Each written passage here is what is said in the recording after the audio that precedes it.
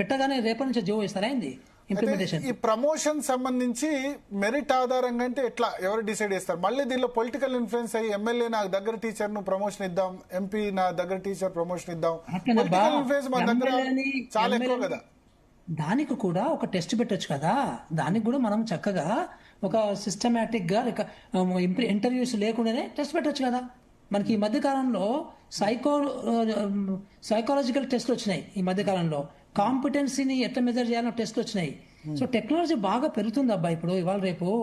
So private వాళ్ళు ఎంత స్మార్ట్గా ఉన్నారు చూడండి. సో మనం కూడా అప్పుడు ఏజ్ ఓల్డ్ మెథడ్స్ ఏనా మీరు అన్నట్టుగా డెఫినెట్ గా ఇంటర్వ్యూ పెడితే గ్యారంటీగా ఎమ్మెల్యే మనుషులు, ఎంపీల మనుషులు, మంత్రుల మనుషులు, ప్యారీల మనుషులు, కులాలు గిలాలు అన్ని పనిచేస్తాయి. అట్లా చేయకుండా ఒక సిస్టమేటిక్ గా ఏం చేస్తే వాళ్ళ మెరిట్ని కొలవచ్చు, ఏం చేస్తే వాళ్ళ కాంపిటెన్స్ని కొలవచ్చు, వాళ్ళ పాస్ట్ రికార్డ్ ఎట్లా ఉంది, ఎన్నిసార్లు సస్పెండ్ అయ్యారు, ఎన్నిసార్లు వాళ్ళ స్కూల్లో మంచి మార్కులు వచ్చినటువంటి పిల్లల్ని ప్రొడ్యూస్ చేయగలిగారు, సో ఎన్ని సంవత్సరాలు వాళ్ళ యొక్క అసెస్మెంట్ను, పిల్లల అసెస్మెంట్ని మంచిగా వచ్చినాయి, ర్యాంకింగ్స్ వచ్చినవి అని చాలా రకరకాల ఐటమ్స్ ఉంటాయి, క్రైటీరియా ఉంటుంది కదా. ఆ క్రైటీరియా అన్నింటినీ తీసుకొని మనం ఒక విధానాన్ని రూపొందించవచ్చు. కానీ but basically I think just like that promotion ఇవ్వద్దు. జస్ట్ లైక్ దట్ ప్రమోషన్ ఇస్తే ఏమవుతుందంటే నేర్చుకోవడం ఆపేస్తున్నారు, తర్వాత వాళ్ళు కాంపిటెన్సీస్ని పెంచుకోవడం మానేస్తున్నారు, స్కిల్స్ పెంచుకోవడం మానేస్తున్నారు, అప్డేట్ కావటం లేదు వీళ్ళు. సో ఇలాంటివి ఉండకుండా పిల్లలందరూ మన టీచర్లను కానీ ఎంప్లాయీస్ని కానీ ఎవరైనా కానీ సో వాళ్ళందరూ కూడా యాక్టివ్గా ఉండేటట్లుగా ఒక సిస్టమ్ని పెట్టుకోవడం ఇంపార్టెంట్. ప్రభుత్వ ఉద్యోగులు అందరికీ వర్తింపజేస్తే ఇంకా బాగుంటుంది, బెస్ట్. నన్ను నేను రికమెండేషన్ చెప్పాను. ఇది ప్రైవేట్ ప్రైవేట్ లో జరుగుతుంది, ప్రైవేట్ లో ఎన్ని సంవత్సరాలు లేదు. కానీ ప్రైవేట్ లో ఏంటంటే ప్రైవేట్ ఇన్స్టిట్యూషన్ ఇంట్రెస్ట్ ఏంటంటే నా ఇన్స్టిట్యూషన్ ఎట్లా బాగుపడాలంటే ఎట్లా. కానీ ప్రభుత్వంలో ఏంటంటే ప్రభుత్వంలో మిస్యూజ్ అవుద్దనే కదా ఇది ప్రాబ్లం. ఏంటంటే పొలిటికల్ సిస్టమ్ కదా. ఇదివరకు ట్రాన్స్ఫర్స్ జడ్పీ చైర్మన్ చేసేవాళ్ళంటే మొత్తం వాళ్ళకి దోచిన వాళ్ళకి ఇచ్చేసుకున్నారు. కౌన్సిలింగ్ సిస్టమ్ పెట్టినప్పటి నుంచి ట్రాన్స్పరెన్సీ వచ్చింది అంతే కదా. జడ్పీ చైర్మన్ అనేసరికి పొలిటికల్ సిస్టమ్ తో ఇంక్లూడ్ అయ్యి కాకుండా దీన్ని ఎట్లా చేయొచ్చు? పొలిటికల్ సిస్టమ్ సంబంధం లేకుండా యూపీఎస్సీ ఉందండి, గత 75 సంవత్సరాల నుంచి కండక్ట్ చేస్తుంది. మరి యూపీఎస్సీ బాగానే కండక్ట్ చేస్తుంది కదా, ఎట్లా చేస్తుంది? ఇప్పుడు ఆ యూపీఎస్సీకి లిస్టులే పంపట్లే. ఐపీఎస్ ఆఫీసర్లు డీజీపీ సెలక్షన్ అంటే అది కాదు నేను చెప్పేది, సెలక్షన్ ఆఫ్ ది క్యాండిడేట్స్ ని.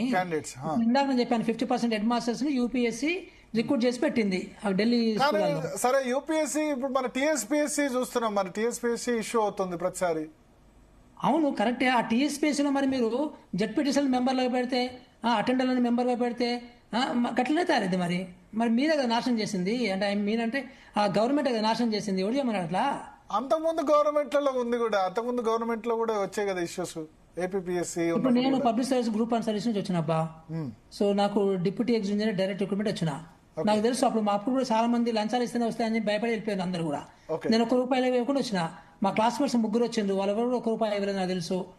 అట్లా మనము అన్ని ఒక గంట పెట్టదు. ఎస్ మీరు ఒక కరెక్ట్ ఆఫీసర్ని చైర్మన్ గా పెడితే గ్యారంటీగా పోతుంది గోవిందనే. మరి కరెక్ట్ ఆఫీసర్ని చైర్మన్ పెట్టకుండా ఉండే బాధ్యత ఎవరిది? మరి ఈ సమాజం పెద్దలదే కదా. సో ఆ పెద్దలు ఎవరు? మరి ముఖ్యమంత్రులు వీలే కదా. సో మరి ముఖ్యమంత్రులు తలుచుకుంటే మొత్తం నాశనం చేయొచ్చు, ముఖ్యమంత్రులు తలుచుకుంటే మంచిగా చక్కగా చేయొచ్చు, అన్ని రకాలుగా ఉన్నవి. మరి సమాజాలన్నీ అట్లాగే కదా పాడయ్యేటివి. దాన్ని వాళ్ళే పాడు చేస్తున్నట్టు మనం ఏం చేయలేం. సార్ ఇప్పుడు సోషల్ మీడియాలో మీ దాని గురించి కూడా టీచర్స్ చేస్తున్నారు. ఆయన టీచర్ చదివాడా, డిప్యూటీ ఎగ్జిక్యూటివ్ ఇంజనీర్, మా విద్యా వ్యవస్థ గురించి ఎట్లా ఆయనకు తెలుసు రికమెండేషన్ ఇవ్వడానికి. హరీష్ రావు అంటే మీకు తెలుసు, ఓపెన్ గానే ఆయన రాశాడు, క్వాలిఫికేషన్ ఏంది వాళ్ళు. ఇప్పుడు నేను చెప్పింది జయంతి కమిషన్ అప్పుడు అగ్రికల్చర్ వేసాం. జయంతి ఘోష్ ఆమె వ్యవసాయం చేసిందా? ఆమె అగ్రికల్చర్ చదివిందా? ఆమె అగ్రికల్చర్ అధికారి ఏమైనా పనిచేసిందా? నంబర్ 1. ముదలియార్ అని ఒక ఫేమస్ కమిషన్, ఫస్ట్ కమిషన్ ఆ సెకండ్ కమిషన్ 53 అనుకుంటాను, అది కూడా చాలా ఫేమస్ కమిషన్. సో ఆ ముదలియార్ గారు ఆయన గైనకాలజిస్ట్ అండి, for your kind information. So gynaecologist నుంచి తర్వాత మళ్ళీ వీసీ కూడా కస్తూరి రంగన్ ఇస్రో చైర్మన్. కస్తూరి రంగన్ కూడా ఎడ్యుకేషన్ ఇస్రో చైర్మన్ ఆయన. అవునా? అట్లాగే మన డూబే అని Bihar common school system commission వేశారు. సో ఆయన IFS officer, Indian foreign service officer ఆయనే, రైట్? సో ఇట్లా మీరు స్కూల్ ఎడ్యుకేషన్ స్పెషలైజేషన్ వాళ్ళు ఒక్కళ్ళన్న కమిషన్లు ఉంటే బాగుండేది కదా. స్కూల్ ఎడ్యుకేషన్ దాని పనిచేసో టీచరు, రిటైర్డ్ టీచరు.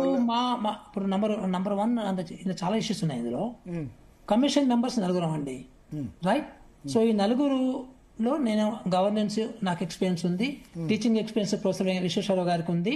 సో చాలా అంటే ఆయన యూనివర్సిటీ టీచర్, మాకు teacher university school education exactly. నా దగ్గర పనిచేసే ఒక 6 మంది ఉన్నారు. సో 6 మందిలో కూడా సో మనకి లెక్చరర్స్ గా పనిచేసిన వాళ్ళు ఉన్నారు. ఇక్కడ విషయం ఏంటంటే ఇప్పుడు మేము ఉదాహరణకి 305 ఇన్స్టిట్యూషన్స్ పోయినామా. సో అందులో దగ్గర దగ్గర ఒక 220 స్కూల్స్ పోయి ఉంటాం కదా. ఈ 220 స్కూల్స్ ఎవరితో మాట్లాడాము? మేము తల్లిదండ్రులతో మాట్లాడాము, టీచర్స్తో మాట్లాడాము. ఇదే రూమ్ లో ఒక టీచర్స్ తోని మేము ఒక 20 మీటింగ్లు పెట్టుంటాము. సో ఏం మాట్లాడాము వాళ్ళందరితోని? సో అట్లాగే అంటే మొత్తం ప్రపంచంలో ఉన్న స్కూల్ ఎడ్యుకేషన్ అంతా స్టడీ చేశాము. అంటే ఇక్కడ ఇష్యూ ఏంటంటే అబ్బా, ఇష్యూ ఇప్పుడు మీరు ఒక ప్రైమరీ స్కూల్ టీచర్ తీసుకొచ్చి చైర్మన్ గా పెడతారా ఇక్కడ? లేకపోతే ఒక లెక్చరర్ తీసుకొచ్చి ఇక్కడ చైర్మన్ గా పెడతారా? అంటే మెంబర్ గా లేకపోతే వాళ్ళతో కన్సల్టేషన్ జరిగిందా?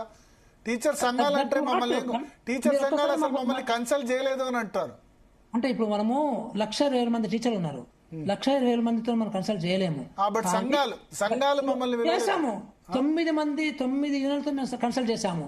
ఒక్కొక్క యూనిట్ తో నేను కొన్ని యూనిట్లతో 4-5 గంటలు కూర్చున్నాను. అచ్చా, నిన్న మా డిబేట్ లో వాళ్ళు చెప్పారు వాటి సంఘాలు మమ్మల్ని కలవలేదు.